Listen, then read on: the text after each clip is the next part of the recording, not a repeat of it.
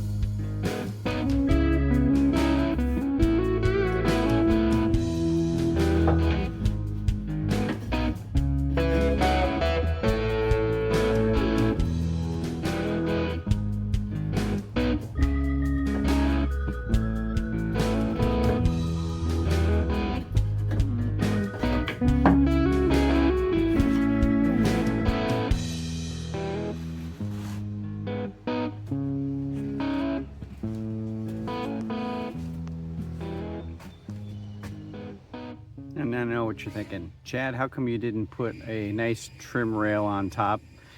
I didn't have any used 1x4s because that's really hard to come by. But eventually they'll show up and eventually I'll finish that off.